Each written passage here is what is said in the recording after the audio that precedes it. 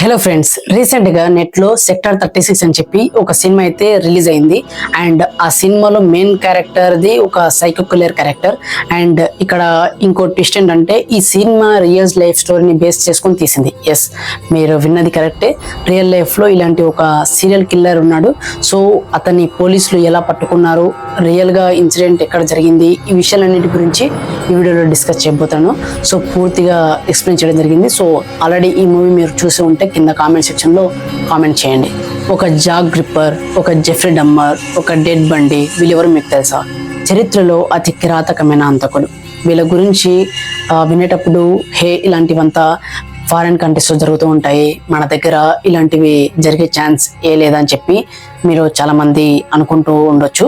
కానీ భయానికి భయం పుట్టించే క్రూరమైన హంతకులు మన దగ్గర, అదే మన ఇండియాలో కూడా ఉంటారని చెప్పి రీసెంట్గా నాకు కూడా తెలిసింది. కేసు గురించి రీసెర్చ్ చేశాను. ఆ రీసెర్చ్ చేస్తున్న టైంలో నా వెన్నులో వణుకు పుట్టింది. నిజంగా ఆ ఇమేజెస్, అతన్ని హత్య చేసిన విధానం, ఇవన్నీ చూసేటప్పుడు నా అరచేతుల్లో చెమటలు కూడా పడ్డాయి.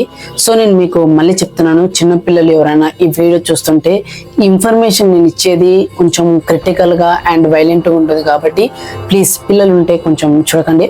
అది 200 చిన్నపిల్లలు, ఆడవాళ్ళు కనిపించట్లేదు అని చెప్పి పోలీస్ స్టేషన్లో చాలా కంప్లైంట్స్ రిజిస్టర్ అవ్వడం స్టార్ట్ అయ్యాయి. కానీ పోలీసులు మాత్రం ఈ కంప్లైంట్స్ ని అసలు సీరియస్ గా తీసుకునేవారే కాదు. కొన్ని కంప్లైంట్స్ విషయంలో అయితే పేరెంట్స్ తమ పిల్లల వయసుని కావాలని ఎక్కువగా చెప్తున్నారని, వాళ్ళు మైనర్స్ కాదు అడల్ట్స్ ఇంట్లో నుంచి పారిపోయి ఉంటారని చెప్పి పోలీసులు ఈ కేసులని వెనక్కి వేస్తూ వచ్చారు. అదే ఆడపిల్లల విషయం అయితే వాళ్ళు ఎవరో ఒకరితో పారిపోయి ఉంటారని, పచ్చిగా చెప్పాలంటే లేచిపోయి ఉంటారని చెప్పి ఆ కేసులని పక్కన పెట్టేశారు. అండ్ ఈ కేసులో అన్ని కూడా ఆల్మోస్ట్ ఒకటే ఏరియా నుంచి వస్తున్నాయి. అండ్ అదే ఏరియాలో క్రికెట్ ఆడుతున్న కొంతమంది పిల్లలకి వెనుకనున్న ఒక డ్రైనేజ్ లో ఒక మనిషి చెయ్యి కనిపించింది. దీని గురించి వెంటనే పోలీసులు ఇన్ఫార్మ్ చేశారు. పోలీసులు అక్కడికి వచ్చి చూసి టెన్షన్ పడుతున్న అక్కడ వాళ్ళని కామ్ చేయాలనే ఉద్దేశంతో అది మనిషి చెయ్యి కాదు, ఒక జంతువు చెయ్యి అని చెప్పి ఆ మ్యాటర్ ని క్లోజ్ చేసేసారు. నెక్స్ట్ 7th May 2006, 26 సంవత్సరాల అమ్మాయి కనిపించట్లేదు అని చెప్పి వాళ్ళ ఫాదర్ పోలీస్ స్టేషన్ లో కంప్లైంట్ ఇచ్చారు. ఆ ఫాదర్ ఇచ్చిన కంప్లైంట్స్ ప్రకారం చివరిగా ఆ అమ్మాయి ఒక అతని ఇంటికి వెళ్ళినట్టు వాళ్ళకు ఆధారాలు దొరికాయి. సో ఈ క్లూతో ఆ అమ్మాయి వాళ్ళ ఫాదర్ అతని ఇంటికి వెళ్ళాడు. అక్కడ అమ్మాయి గురించి అడిగితే ఆ ఇంట్లో పనిచేసే వ్యక్తి అసలు అలాంటి పేరుతో ఏ అమ్మాయి తనకు తెలియదని, ఆ ప్లేస్ కి ఎలాంటి అమ్మాయి రాలేదని చెప్పి అతను చెప్పుకొచ్చాడు. ఇప్పట్లాగే అక్కడ పోలీసులు ఈ మ్యాటర్ ని అసలు సీరియస్ గా తీసుకోలేదు. ఇంకా ఆ అమ్మాయి ఫాదర్ కూడా పోలీస్ స్టేషన్ చుట్టూ తిరిగి విసుగు వచ్చేసింది. ఇంకా ఈ లోకల్ పోలీసులను నమ్ముకుంటే పని అవ్వదని చెప్పి ఆ ఫాదర్ SSP అంటే సీనియర్ సూపర్ ఆఫ్ పోలీస్ ని ఆఫర్ అయ్యాడు. దీంతో SSP రంగంలోకి దిగి ఆ అమ్మాయి ఫోన్ ని ట్రేస్ చేయించాడు. ఆ అమ్మాయి లాస్ట్ లొకేషన్ వాళ్ళ ఫాదర్ అంతకుముందు ఏ ఇంటికైతే వెళ్లారో అదే ఇంటి నుంచి చూపించింది. దీంతో వెంటనే అమ్మాయి కాల్ రికార్డ్స్ ని తిరిగి స్టార్ట్ చేశారు. ఆ కాల్ రికార్డ్స్ విన్న తర్వాత మ్యాటర్ లో ఉన్న ట్విస్ట్ బయటపడింది. అసలు ఆ అమ్మాయి ఎవరో తెలియదని చెప్పాడు కదా ఆ పని అతనే ఆ అమ్మాయిని మిస్ అయిన ముందు రోజు నైట్ ఆమెతో మాట్లాడినట్టు బయటపడింది. ఫర్దర్ ఇన్వెస్టిగేషన్ కోసం పోలీసులు ఆ పని చేసే వ్యక్తిని అరెస్ట్ చేశారు. కానీ బంగ్లా ఓనర్ ఆ పని చేసే వ్యక్తికి బెయిల్ ఇప్పించాడు. కాల్ రికార్డ్స్ తప్పించి వేరే స్ట్రాంగ్ ప్రూఫ్ లేకపోవడంతో అతన్ని బెయిల్ మీద విడుదల చేశారు. కానీ ఆ అమ్మాయి వాళ్ళ ఫాదర్ మాత్రం ఓటమి అసలు ఒప్పుకోలేదు.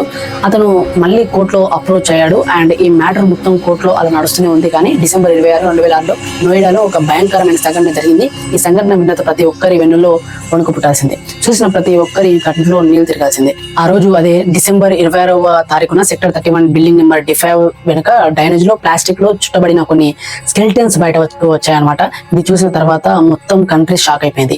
ఆ బిల్డింగ్ ఓనర్ అయిన మొహిందర్ సింగ్ ఇంకా అతని సర్వెంట్ అయిన సురేంద్ర కోహ్లీని పోలీసులు అరెస్ట్ చేశారు. ఆ టైంలో మన కంట్రీ మొత్తం ఈ కేసు గురించే న్యూస్ న్యాయం జరగాలని చెప్పి కంట్రీస్ ఉన్న ప్రతి ఒక్కరు వాళ్ళ వాయిస్ ని రైజ్ చేశారు. ప్రెజర్ ఎక్కువగా గవర్నమెంట్ కూడా ఈ కేసుని సిబిఐకి అప్పగించింది. 2007 జనవరి 10వ తారీఖున ఈ కేసుని సిబిఐ చేతికి అప్పగించారు. Special CBI court Maninder Singh ని ఇంకా కోహ్లీని సిబిఐ కస్టడీలో ఉండాలని చెప్పి ఆర్డర్స్ విధించింది. ఇద్దరు సిబిఐ కస్టడీలో 60 రోజుల వరకు ఉన్నారు. కానీ వీరిద్దరికి అగెనిస్ట్ గా ఎలాంటి ప్రూఫ్స్ కూడా దొరకలేదు. February 27, 2007 సురేంద్ర కోహ్లీ తను చేసిన క్రైమ్స్ ని ఒప్పుకున్నాడు. మళ్ళీ చెప్తున్నాను, వీడియోలో ఇక మీదటి నుంచి రివీల్ చేసే మ్యాటర్ ఏదైతే ఉంటుందో అది చాలా తేడాగా ఉంటుంది. భయం కలిగించేలా ఉంటుంది. 9 మంది చిన్న అమ్మాయిలు, 5 ఆడవాళ్ళు, 2 చిన్న అబ్బాయిలు. ఇదే సురేంద్ర కోహ్లీ కిల్ కౌంట్. వీళ్ళని ఏదో రకంగా ట్రాప్ చేసి తను పనిచేసే బిల్డింగ్ అయిన D5 లోకి తీసుకొని వెళ్ళి అక్కడ వాళ్ళని మర్డర్ చేసి చంపేసేవాడు. బట్ తన మర్డర్ ఆపలేదు. ఆ చనిపోయిన డెడ్ బాడీస్ ని తను రేప్ చేయడానికి కూడా ట్రై చేశాడని చెప్పి సురేంద్ర కోహ్లీ ఆ ఇన్వెస్టిగేషన్ లో రివీల్ చేశాడు. అంతేకాదు డెడ్ బాడీస్ ని బాత్రూమ్ లోకి తీసుకొని వెళ్ళి ముక్కలు ముక్కలుగా నరికేసి వాటిని వండుకొని తినేవాడంట. బాడీస్ లో మిగిలిన పార్ట్స్ అన్నిటిని ప్లాస్టిక్ బ్యాగ్స్ లో చుట్టేసి వాటిని డ్రైనేజ్ లో పడేస్తూ ఉండేవాడంట.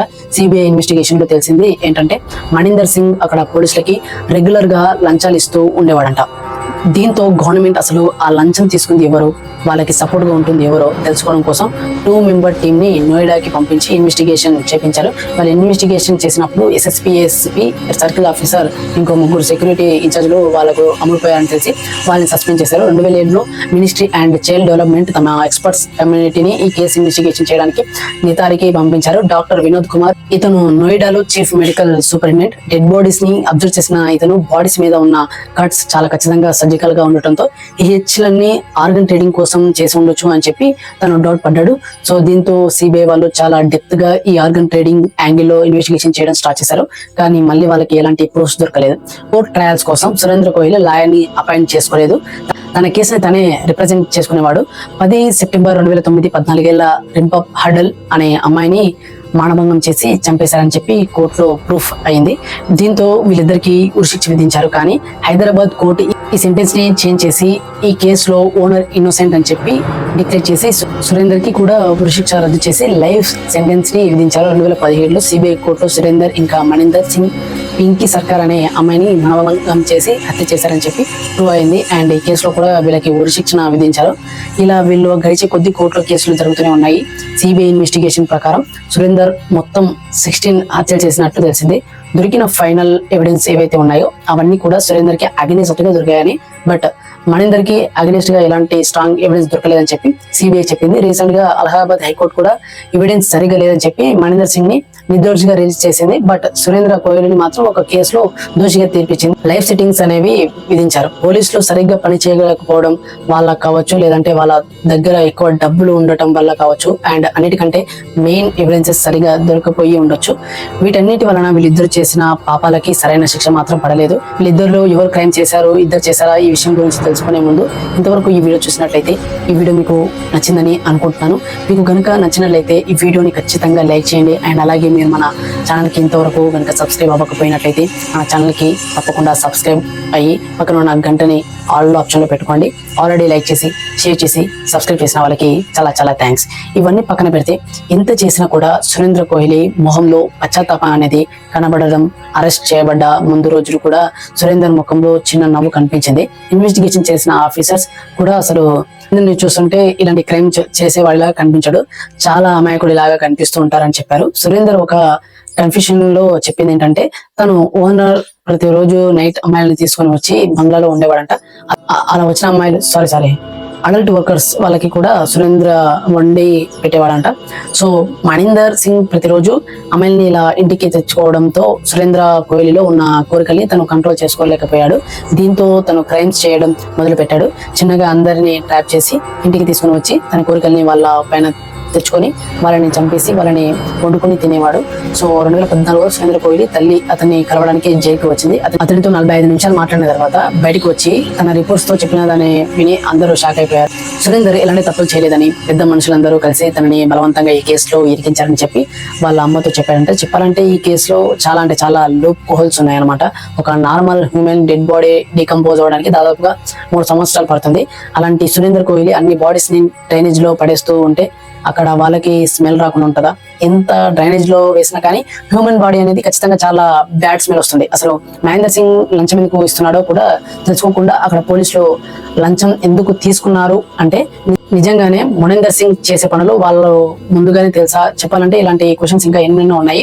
అంతేకాదు ఈ నితారే విక్టిమ్స్ లో ఒక విక్టిమ్ బతికే ఉందని, తను నేపాల్ లో ఉన్నట్టు తనకు పెళ్లి అయినట్లు ఆ విక్టిమే తన ఫాదర్ కి లెటర్ రాసిందని, అండ్ ఆ లెటర్ పోలీసులు హ్యాండ్ ఓవర్ చేసుకున్నారని చెప్పి ఒక స్టోరీ కూడా ఉంది. మరి దీంట్లో ఎంత నిజం ఉందో మాత్రం ఎవరికి తెలియదు. ఇదంతా పక్కన పెట్టేస్తే ఒక మనిషిని హత్య చేయడం అనేది చాలా దారుణం. ఏ పాపం ప్రాణం తీయాలంటే ఆ ప్రాణం తీసేవాడు ఎంత క్రూరమైన వాడే ఉండాలి చెప్పండి. సో ఒక ప్రాణం తీసేవాడు క్రూరమైన వాడైతే సీరియల్ కిల్లర్స్ ని ఏమనాలి? మరి చిన్నపిల్లలు చంపే వాళ్ళని ఏమనాలి? చంపాక ఆ బాడీని వండుకొని తినే వాళ్ళని ఏమనాలి? ఇన్ని ఘోరాలు చేసినా కానీ కొంచెం కూడా పశ్చాత్తాపం లేని వాడిని ఇంకేమన్నారో మీరే కామెంట్స్ లో చెప్పండి. Thanks for watching. ఈ వీడియో మీకు కనుక నచ్చినట్లయితే ఖచ్చితంగా లైక్ చేయండి, షేర్ చేయండి. అండ్ అలాగే మన నెక్స్ట్ ఎపిసోడ్ మిస్ అవ్వకుండా ఉండాలంటే మన ఛానల్ని సబ్స్క్రైబ్ చేసుకోండి. అండ్ ఇంకో మంచి ఎపిసోడ్తో మళ్ళీ కలుసుకుందాం. Stay tune and take care.